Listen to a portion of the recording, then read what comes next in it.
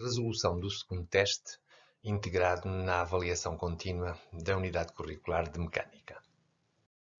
De acordo com o enunciado, um recipiente de 1000 newtons de peso encontra-se suspenso no ponto A, ao qual estão ligados os cabos AB, AC e AD. Tendo em conta a geometria do problema, pretende-se que se calculem os cossenos diretores dos três cabos, se determinem as intensidades das forças instaladas nos cabos e se escrevam as forças em coordenadas cartesianas. Comecemos então a resolução. Primeiro, há que calcular os cossenos diretores dos três cabos. Para o cálculo, torna-se necessário conhecer as coordenadas dos pontos extremos de cada cabo. Todos os cabos têm início no ponto A. O ponto A apresenta como coordenadas segundo x, estando no plano, ou melhor dizendo, no eixo y, tem como coordenada x 0. Tem como coordenada y a coordenada de menos 1,6 e como coordenada z, por estar também no eixo, apresentará uma coordenada nula. O ponto B do cabo AB está, segundo x, a uma coordenada 1,30. Segundo y, está no plano xz, onde tem uma coordenada 0. E no plano, de acordo com a direção z, terá uma coordenada de menos 0,4. O ponto C é um ponto do eixo x, sendo um ponto do eixo x está a menos 0,78 da origem. Estando no eixo x, está no plano z, x também e, portanto, tem coordenada y0. E, finalmente, segundo o eixo z, estando no eixo x, tem de coordenada 0. O ponto D, finalmente, é um ponto que, estando no plano z, y, tem coordenada x0. A sua coordenada segundo y, por estar no plano xz, também é nula. E, finalmente, tem de coordenada 1,20 m na direção z. Conhecidas as coordenadas, é possível estabelecer os versores de cada um dos cabos. Resultando, então, comecemos pelo cabo AB. O cabo AB começa no ponto A, termina no ponto B. Temos que calcular as distâncias medidas segundo cada eixo entre os dois pontos, ou seja, a distância entre B e A. Neste caso será 1,3, 1,6 e menos 0,4. Com isso, pode-se calcular a distância entre a B e A, dada pela raiz quadrada dos quadrados destas diferenças, que neste caso conduz a um comprimento do cabo de 2,10 m, de onde a força que estará no cabo AB será a sua intensidade, que é para já desconhecida, vezes o versor da direção AB, que é dado por cada uma das distâncias medidas segundo os eixos sobre o comprimento total do cabo, que é 2,10 m.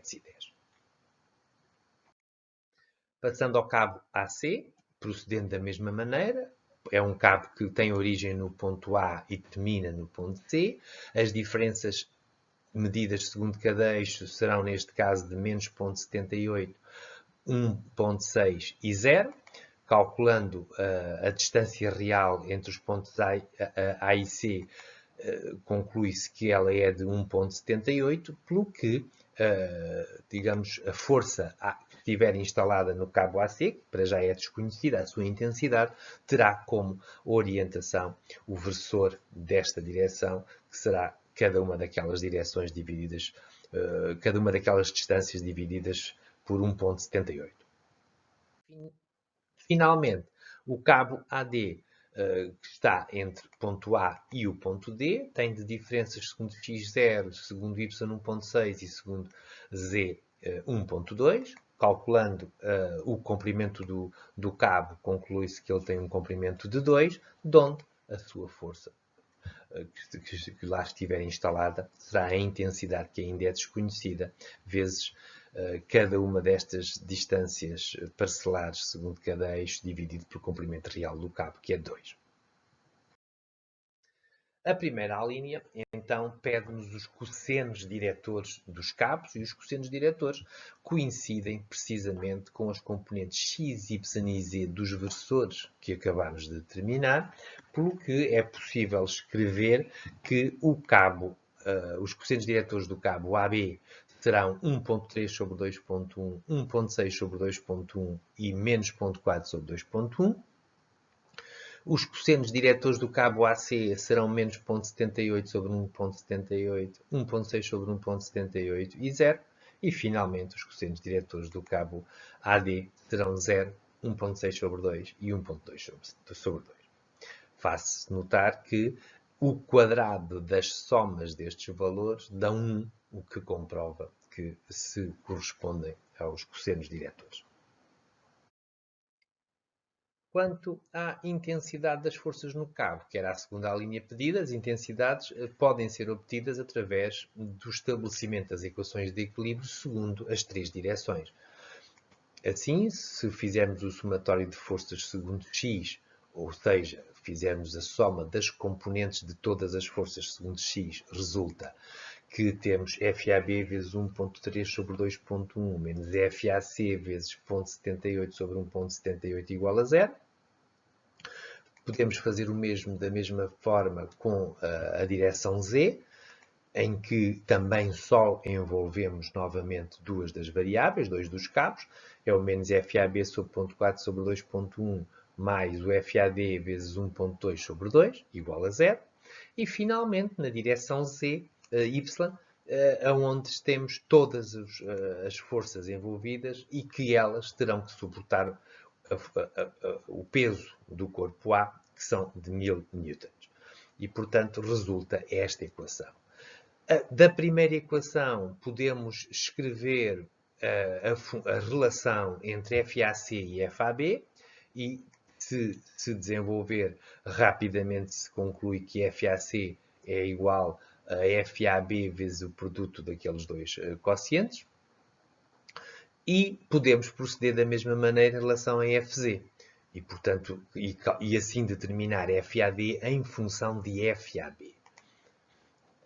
E, portanto, o FAB será o produto o FAD será o produto do FAB por aqueles dois coeficientes, o que resulta, portanto, FAC igual a 1.412 de FAB e FAD igual a 0.317 de FAB. Conhecidas as relações já de duas das variáveis com a terceira, está-se finalmente em condições de resolver a terceira e última equação apenas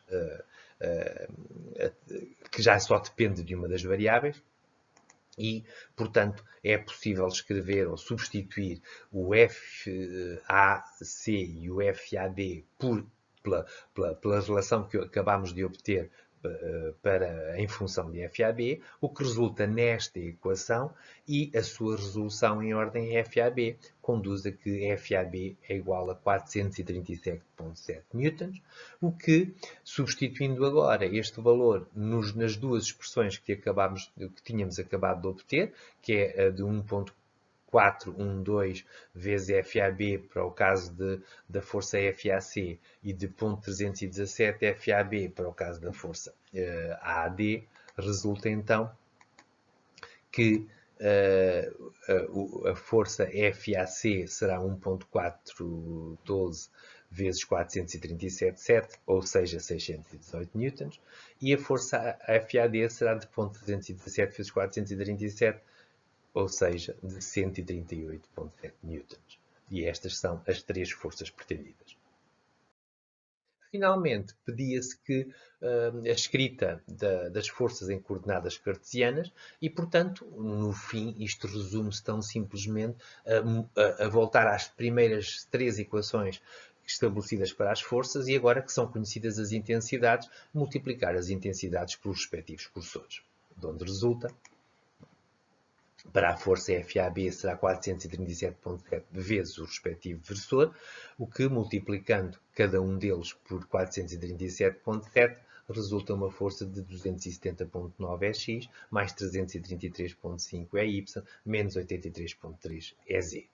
Repetindo o processo para a força FAC, temos que agora a intensidade obtida for 618, pelo que resulta uma força de menos 270,9 EX, mais 555,5 EY, mais 0 EZ, e finalmente a força FAD de 138,7, resultando em 0 EX, 111 EY e 83,3 EZ. Chamo a particular atenção que, se olharmos atentamente para as parcelas segundo EX das três forças, vemos que FAD é 0 e as outras duas são iguais e de sinal contrário porque se anulam, ou seja, não há resultante segundo X. A mesma coisa acontece com a resultante segundo Y, ou seja, FAC tem componente 0 e as outras duas são iguais e de sinal contrário, ou seja, anulam-se, pelo que, e olhando para a componente EZ, a Y, nota-se que se somarem os 333,5 mais os 555,5 mais os 111, se resulta os 1000, que é a força aplicada. E, portanto, esta é uma forma indireta de eu concluir que a resolução está correta.